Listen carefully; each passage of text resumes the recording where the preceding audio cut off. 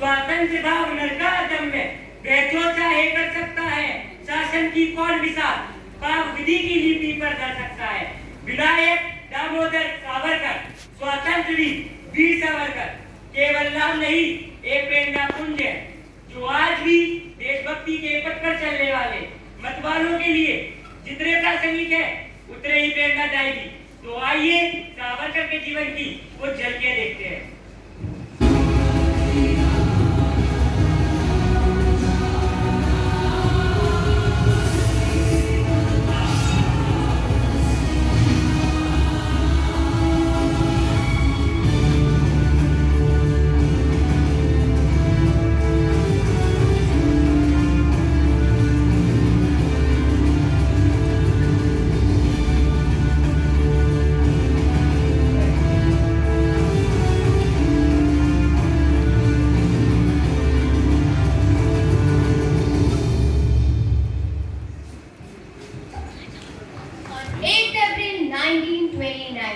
Bhagat Singh and Batukeshwar Dutt threw bombs at the Central Legislative Assembly.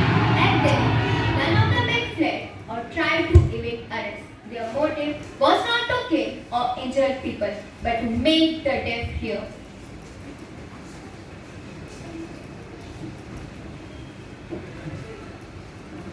भगत, इसकी शुरुआत कैसे हुई? मैंने एक किताब पढ़ी थी। किताब? कौन सी किताब? 1857 का स्वातंत्र्य समर। किसकी किताब थी वो? Vinayak Damodar Savarkar. Born on 28 May 1883, Vinayak Damodar Savarkar began his political activities as a high school student and continued to do so at Fergusson College, Pune.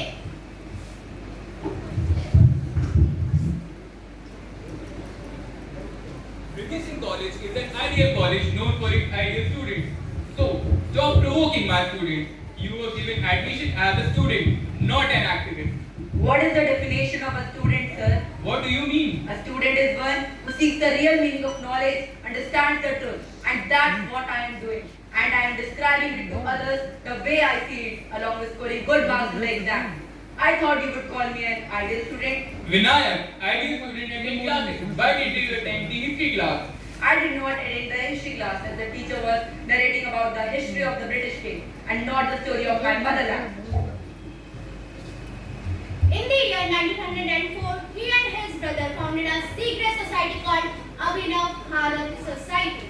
In 1905, after the partition of Bengal, the great revolutionaries Lala Lajpat Rai, Bal Gangadhar Tilak, Bipin Chandra Pal, or Lal Bal Pal initiated the Swadeshi movement and requested the people to boycott foreign goods.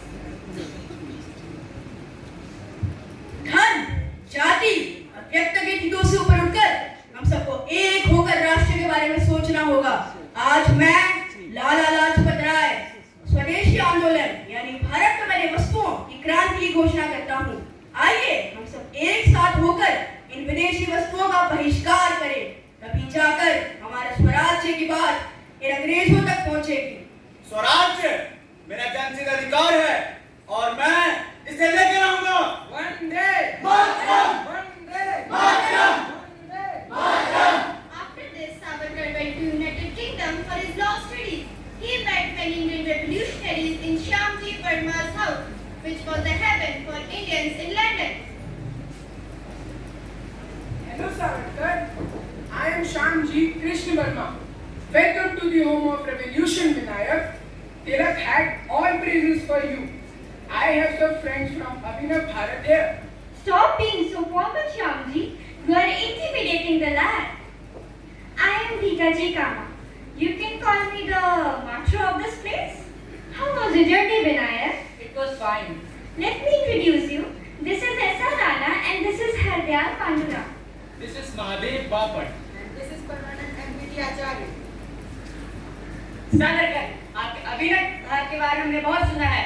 क्या आप यहाँ सब यहाँ भी शुरू करेंगे? Acharya, let him settle down first. Savarkar, we have a lot of expectations from you.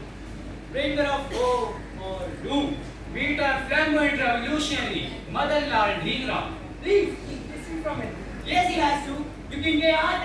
The secret service has come dangerously close. Though Madan Lal was little different from inspiring words, which propelled him to take a drastic step later. It's time we bring the fire of the revolution to a great level. And you shall be the torch bearer. Vinayak, have you completed it? Only with the guidance of you and Shamji. What is this, Savarkar? The first flag of independent India. Flag of free India. Undivided India. The green of Islam. The yellow of Hindus. Red of Buddha, 8 lotuses on top. with an Islamic moon below. And Sanatan sun. And in the middle, Salutations to the motherland. Vande Mataram. Vande Mataram. Vande Mataram. The flag of undivided India was hoisted for the first time on 22nd August 1907 at the International Socialist Conference in Stuttgart, Germany by Pikachi Kama. Madam Cama ने हमारी जंग का ऐलान कर दिया है। It's now a call to action, जिसके 3 उद्देश्य होंगे। पहला, हमें भारत में हथियार भेजने होंगे ताकि हमारी सशस्त्र क्रांति को बल मिल सके। दूसरा, हमें भारतीय सेना में सिख और मुसलमान भाइयों को पत्र लिखने होंगे ताकि वो क्रांति के लिए तैयार रहें। तीसरा, हमें बॉम्ब बनाना सीखना होगा। around the same time, the revolutionaries started the Golden Jubilee celebration of Sepoy Mutiny in 1857. Savarkar considered it as India's first freedom struggle and started writing the book, The Indian War of Independence. One day, Madanlal Dhigram met Savarkar. अब समय आ गया है दृष्टिकोण बदलने का। मतलब लोगों को बताना होगा कि 1857 सिर्फ एक सैनिक बगावत नहीं बल्कि एक स्वतंत्रता संग्राम था, भारत का पहला स्वतंत्रता संग्राम। सावरकर एक बात बताओगे, कोई भी व्यक्ति कुर्बानी के लिए कब तैयार होता है?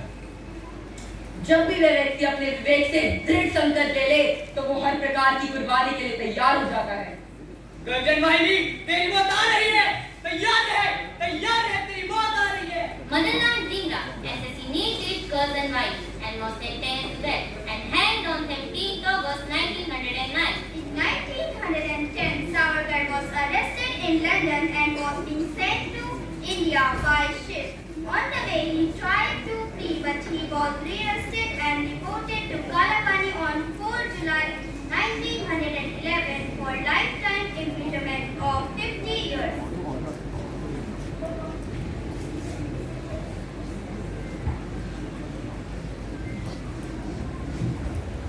साथियों, हमें हार नहीं माननी चाहिए, हमारा संघर्ष जारी रहेगा। लेकिन वीर, हम जेल में हैं, हम क्या कर सकते हैं? हमारी आवाज दबाई नहीं जा सकती। हम लिखेंगे, पढ़ेंगे और अपने विचारों को फैलाएंगे। पर वीर, ब्रिटिश बहुत ताकतवर है। ताकतवर तो रावण भी था, लेकिन जब बात किसी की स्वतंत्रता की आए तो रावण राज हो या ब्रिटिश राज, दहन तो होकर रहेगा। वे देश को बांट रहे हैं, सिंधु नदी से हिंद महासागर तक हम एक लोग हैं, चाहे हम किसी भी धर्म, जाति या समाज के क्यों ना हो। 1857 में हिंदू और मुसलमान एक होकर लड़े थे, क्योंकि देश किसी भी धर्म से ऊपर होता है। स्वतंत्रता के लिए हमारी सिर्फ एक ही पॉलिटिकल आइडियोलॉजी होनी चाहिए, अखंड भारत। हम सबको साथ मिलकर अखंड भारत की स्थापना करनी होगी।